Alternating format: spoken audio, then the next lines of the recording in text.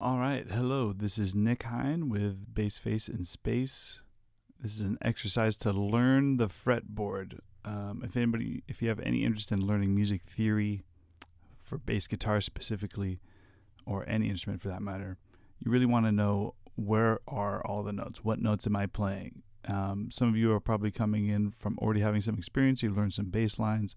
Now let's ask that question, what notes am I playing? And then the follow-up will be, how do the notes relate to each other? And that'll be the bulk of our music theory study. This is an exercise to get to know the natural notes. It's a pretty quick way to get to know the fretboard. We'll start with just the natural notes. So no sharps, no flats. If we know where those are, it'll be really easy to find the sharps and flats, the accidentals, as in between those notes. So we kind of learn them in the negative space. So rather than feeling like, oh no, I have all these frets, all these notes, how am I going to learn the whole thing? We're just going to focus on really 7 letters, 7 notes at a time. We're going to be playing open up to the 12th fret, and then I'll play through the exercise. We'll break it down at the end and talk about how to take this to further steps and exactly what's going on here. All right, so we'll start on the E string. I'll put the metronome on and just play through the whole exercise, and then we'll slow it down. I'm going to also focus on the right hand and the left hand movement. We're going to kind of embed that in this practice. All right, so let's just get into it. I have my tempo right now set to 105. Let's try this out. It helps to say the notes whether out loud or in your head while you do it. I won't do that because you don't want to hear me muttering the letters, but you'll see me kind of mouthing them, all right?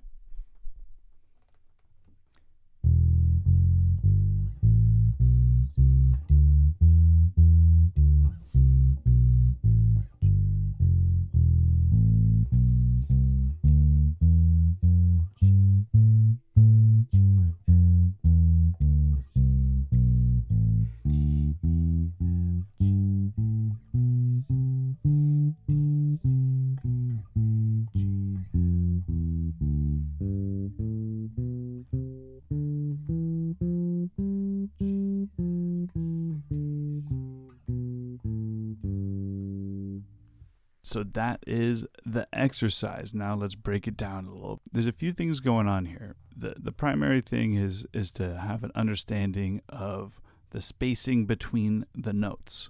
Okay, so if we're starting on the E string, we jump right into one of our kind of rarities, the spot where we have a half step, or if you use the metric system, a semitone. Okay, so there are only 2 spots in the natural scale, and the 2 spots in all our natural notes, no sharps, no flats, where we have half steps. The majority of the time, all our notes are 2 frets apart. But there are 2 spots where they're only 1 fret apart. Those are our half steps or our semitones. And if we start on the E string, usually bass, we think about low, so I usually start on the low string. Our first step is going to be our half step. So we get right into our 1 fret apart. So that's E to F is 1 fret apart. Now, no matter where we are on the neck, E and F are always going to be just 1 fret apart. If I'm at this E, 1 fret above, it's going to be an F. Okay. The other spot that happens is from B to C. Usually I like to carve out comfort zones, so spots that I know really well. Our first comfort zone is going to be our open position, and then it's okay in the beginning if you're going, okay, E, F, G, A. There's an A. If you need to do it step by step, that's fine, as long as you get there. And then eventually you'll start to memorize. You do that enough that you go, oh, 5th fret, A. Got that. Easy. So this is building that up. So let's go through the notes on our E string. So we go E, then the first fret is F, then our 3rd fret is G. Now, like I said, the only 2 spots where they're a half step apart are E to F and B to C. So from G to A is going to be 2 frets. So we find the A at our 5th fret. Again, A to B, 2 frets. So 7th fret is B. Now, before I shift, my pinky is already kind of hanging out here. So I'm going to use that B to C half step and use my pinky. So you find that C at the 8th fret. Now I'm going to do a shift and end up at the 10th fret because I know the D is going to be 2 frets higher than my C.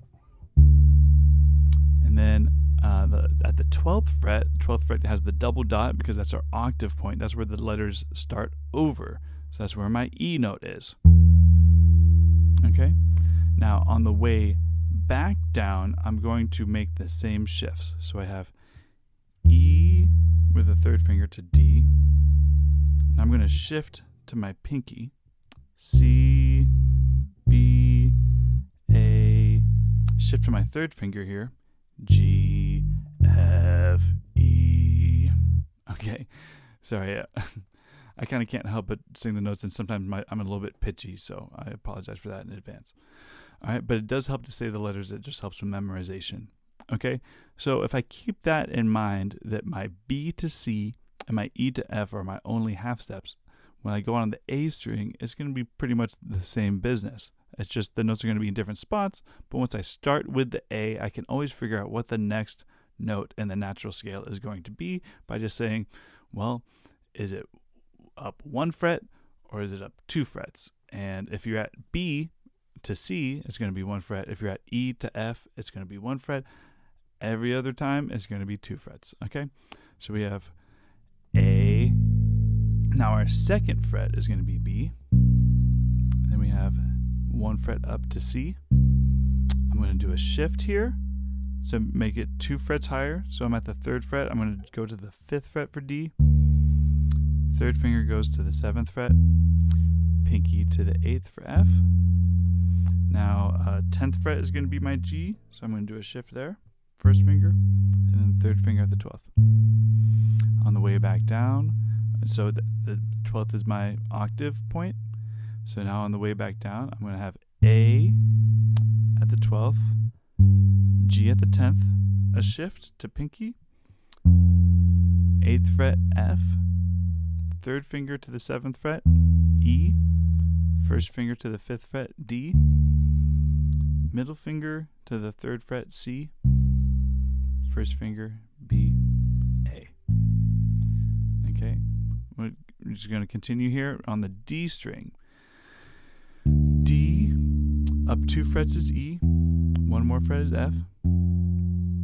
Up 2 frets to the 5th fret, I'll find a G. 2 frets from there, I find an A at the 7th fret. Now I do another shift here because A to B is 2 frets up, so I'll shift to my 1st finger there.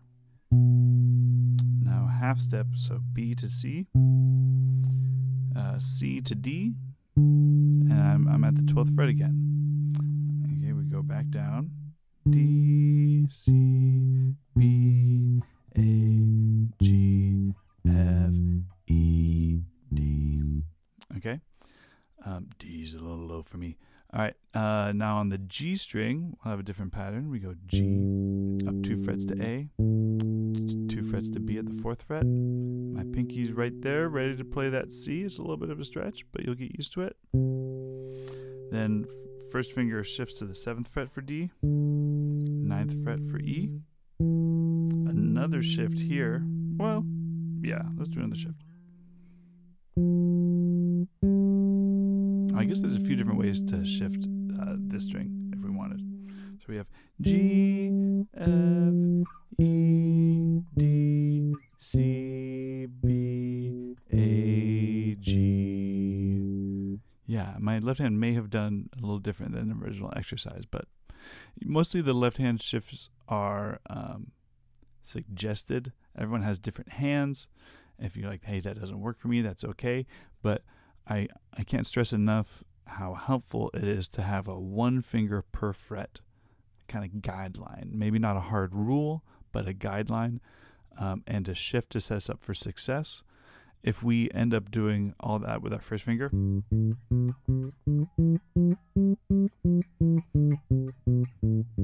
you won't get as smooth of a sound. And when we start to pick up the tempo and you start to play more kind of elaborate lines, it's just not going to work. And especially if we want to start to play more legato, have the notes tied together, it's just not possible with the fret finger.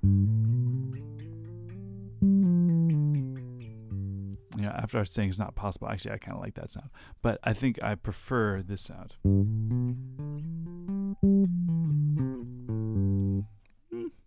So when we get to Bach, it'll make more sense. You just can't do that with one finger. So yeah, with the left hand, so you notice that I'm doing these shifts pretty much at any point where the note, my pinky can't reach the note on the way up. So next, if I was playing the 4th fret, I would use my pinky, but since I want to use the 5th, and I know that I'm going to continue upward, I'm going to shift to my 1st finger so that I'm thinking a few steps ahead. Now, I can't stress enough how important it is to also, any of these exercises, always practice the way down. I can't tell you how many students of mine know their scales going up, and I tell them to go back down, and they're like, oh. So, and honestly, even in the beginning of my practice, I kind of shorted myself on practicing down. For the chromatic exercise, I played it up and I rarely played it back down, and now I still have kind of wonky fingers that I try to kind of tie back on for downward lines. So like for the chromatic exercise, on the way back down, I have this little kind of wave to my fingers. It's something that I'm actually working on to dial in my technique a little bit more. Okay, so the last element is actually going to be the right hand. Now, we get to the point eventually where your right hand, you don't even really think about it much. We're kind of focused on the left hand, playing the right notes, getting everything in the right spot. You rarely see someone playing staring at their right hand, unless something like really advanced technique-wise is going on. You usually see the bass players on stage looking at the left hand, making sure that they're all shifting to the right spot. So, but we want to build up that right hand technique. Some of my favorite bass players have abnormal techniques. Larry Graham plays with his thumb. Love the sound of it. I play with my thumb a lot. James Jamerson famously had the hook, only used one finger, and I love his musicality and his bass line and his tone, and he got that with one finger. Sometimes I hear his lines, I'm like, how did he do that with one finger? He's doing 16th notes with one finger. But our traditional right hand technique is going to be 1, 2, 1, 2. Okay, so we lead with your index finger, follow through with the second finger. My best advice with the right hand technique is to try to push through the string rather than plucking under it. Now, our kind of instinct, our intuition, always kind of, we want to start off thinking like the best way to do it is to pluck through like that, and there will come a time for that tone. But for the most part, we want to really be catching the pad of our finger on that string. So we want to use the pad of our finger, and we want to push through the string with keeping our last knuckle pretty straight. Okay, if I'm playing right over the pickup, my finger is going through the string, landing on the pickup. If I'm playing on any other string besides my E string, it's going to go through to the thicker string. In this case, the A string going through to the E string.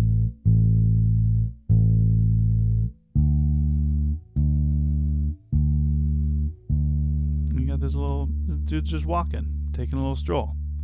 Okay, so while I'm playing through this exercise, my right hand is just going to be alternating fingers.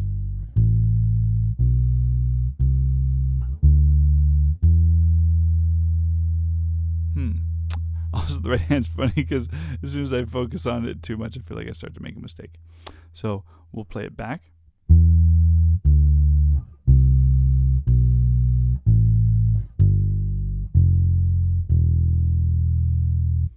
Okay, So yeah, try to push through the string. Okay, so with this exercise, if we really practice it right, focus on the notes of the fretboard, memorizing the notes, but we also are focusing on our left hand technique is embedded in there and our right hand technique. So we're not just playing the notes, memorizing them, but we're focusing on, do they sound good, and am I playing them in the right way? Now, on the music theory journey for a lot of bass players and musicians in general, it can be a little bit frustrating, especially if you are already playing. You already know how to play bass lines. Maybe you're already in a band. You're already writing bass lines of your own. Maybe you've been in a band for years and you're just like, hey, it's time I start learning music theory. It's a bit of a step back because you have to start asking all these questions maybe that you never asked before. And the primary question being, what am I playing? What note is that? What am I doing? And then how do those notes relate to each other? So in learning the fretboard specifically, what happened for me was I had hot spots where I knew open really well. I knew the 5th fret and 7th frets really well. And then there's a lot of gray area of kind of no man's land where you could say, what note is that on the 6th fret? And I'd be like, oh, 6th fret. Oh, geez. So that's fine. We're going to kind of build familiarity with these spots on the neck.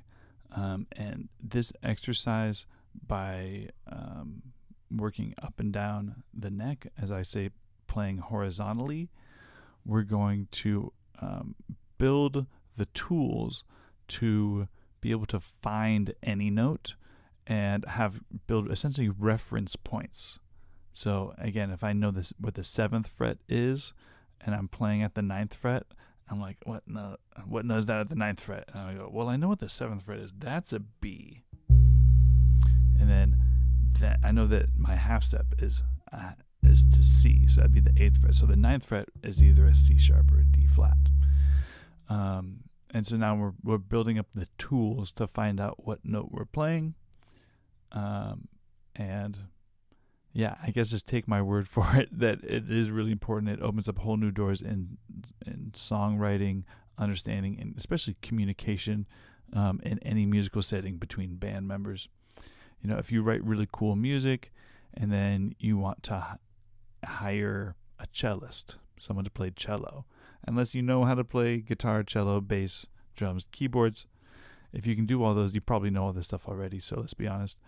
You want to hire someone else to play an instrument on your track, you need language. So when we're learning the music theory, a big thing that we're learning is just the language of it, and we're applying it. So this is an exercise, and then we'll follow it up with some musical examples. And what I like to do, especially with my students, is to say, okay, you already know this bass line. Play that bass line that you always do. Every time you go to Guitar Center, you plug in, you play that bass line. And then let's pause and say, okay, what note is that? Where are you on the fretboard? What note did you just play? And just as soon as you start to ask that question of yourself and you build that awareness, things really start to fall into place. Okay, so some follow-ups for how to get to know the fretboard and learning the fretboard are some little tricks. Okay, so one is the 5 fret rule. Now, luckily, this holds true on bass, because on guitar, it gets a little different because you have that G string to B string thing. Guitarists know what I'm talking about. But on bass, the 5th fret of a thicker string is always going to be the next string open. Okay, so I'm assuming at this point you already know how to tune your instrument, hopefully. So we should know our open string letter names. So we have E, A, D, and G. So the 5th fret of each thicker string is going to be the next string open. So the 5th fret of my E string is the note A, which is my next string open, A. The 5th fret of my A string is going to be the note D. And then my D string open. the 5th fret of my D string is going to be my note G, the next string open. Okay, so there's a 5 fret rule. This is essentially the fret number conversion from string to string. Now let's take that a step further. So let's now start with my open G string, and let's play that same note, that same pitch on each string using our 5 fret rule. So open G would be the 5th fret of my D string, would be the +5 10th fret of my A string, would be the 15th fret of my E string. Okay, so the 5 fret rule is a good way to kind of connect these notes, and as we learn these spots on the string, you should say, oh, well, here's my A, B, C block. Okay, so my ABC is 5, 7, 8 here. If I convert that using the 5 fret rule, I have 0, 2, 3. Think about it as like 5, 7, 8 minus 5 is 0, 2, 3, right? A little bit of fretboard mathematics.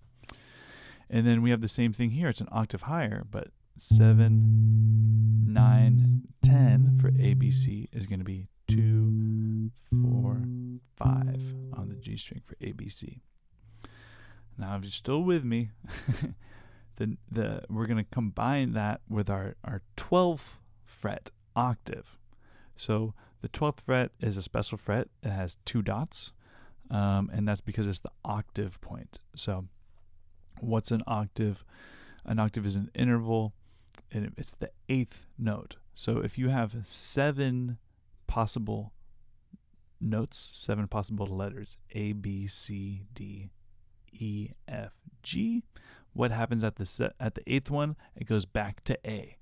Now this is the case no matter what note you start with.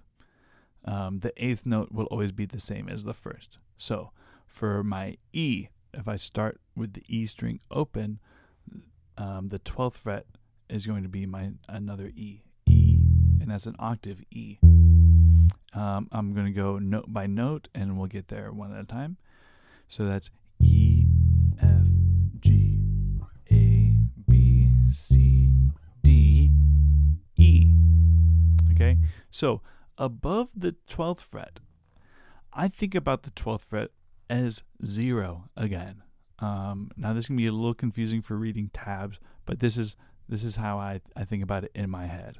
So if I know that the 3rd fret is a G, because I just did that, E, F, G. Okay, so that 3rd fret's a G. Super important, super common note, common chord to play. And I look at my bass and I say, where's another place that I can play that G? I know it's here. An octave higher is going to be 3 frets above my 12th.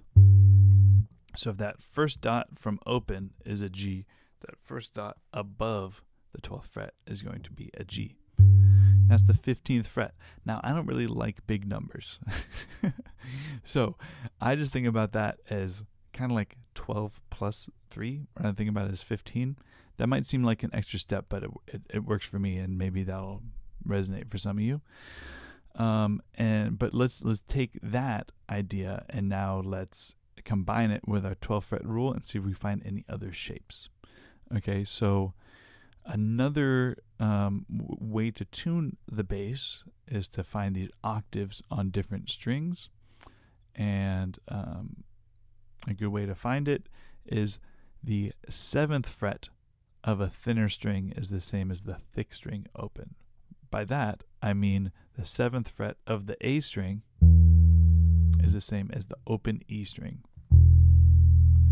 Okay, different octave, so it's a different pitch. It's a higher pitch, but it's the same note. They're both E's, so the same letter. All right, so how did I get there? Well, if I know the 12th fret is the octave, so that's E, E, and then that 12th fret goes to the 7th fret of the next string. Use my 5 fret rule. 12 minus 5 is 7. Okay, so that's an octave right there. And then I can continue that, and I get another great shape for the Octave Finder, which is going to be 7 minus 5 is 2. So that's an E note again. So again, we have 12 minus 5 is 7.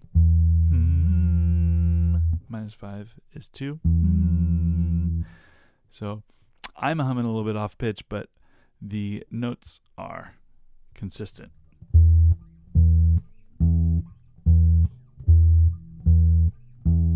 Now, this second fret here of the D string relative to my open E string is a huge shape in bass playing. This is probably the most common shape that you're going to be playing for octaves. Well, it definitely is, and it's just going to be really common, especially for funky bass lines, and I like the funky stuff. Okay, so a lot of funk.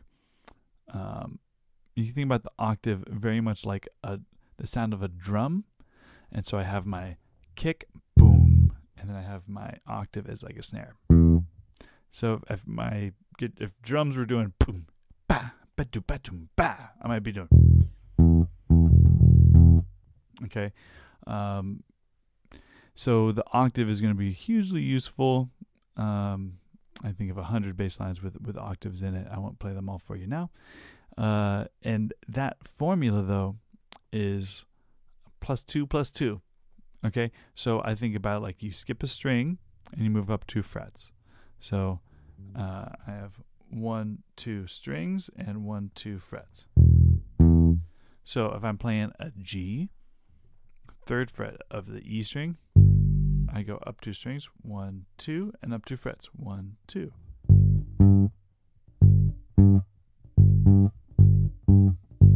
This works all over the neck. 7th fret of my A string is an E note. 1, 2, 1, 2. So the 9th fret of my G is going to be an E note.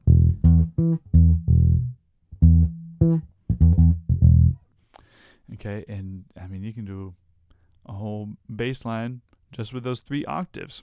So a nice exercise that I like to do just from time to time to have fun, it would be to play the same note in 3 different places, or sometimes 4 different places, and I think it has a kind of a cool sound. So challenge yourself. Maybe we do it with the E note. So let's find the E on the D string. That'd be okay. Or can I do this one? Let's do the 9th fret of G for my E. That's going to take me really high up on the neck. Okay, so this is building up our awareness of the fretboard location of notes. I will provide on my website a few PDFs that will reinforce this. One will be the natural notes, which is what we started with, and then also the Octave Finder and the 5-fret rule. And I hope you enjoyed this lesson. Many more to come.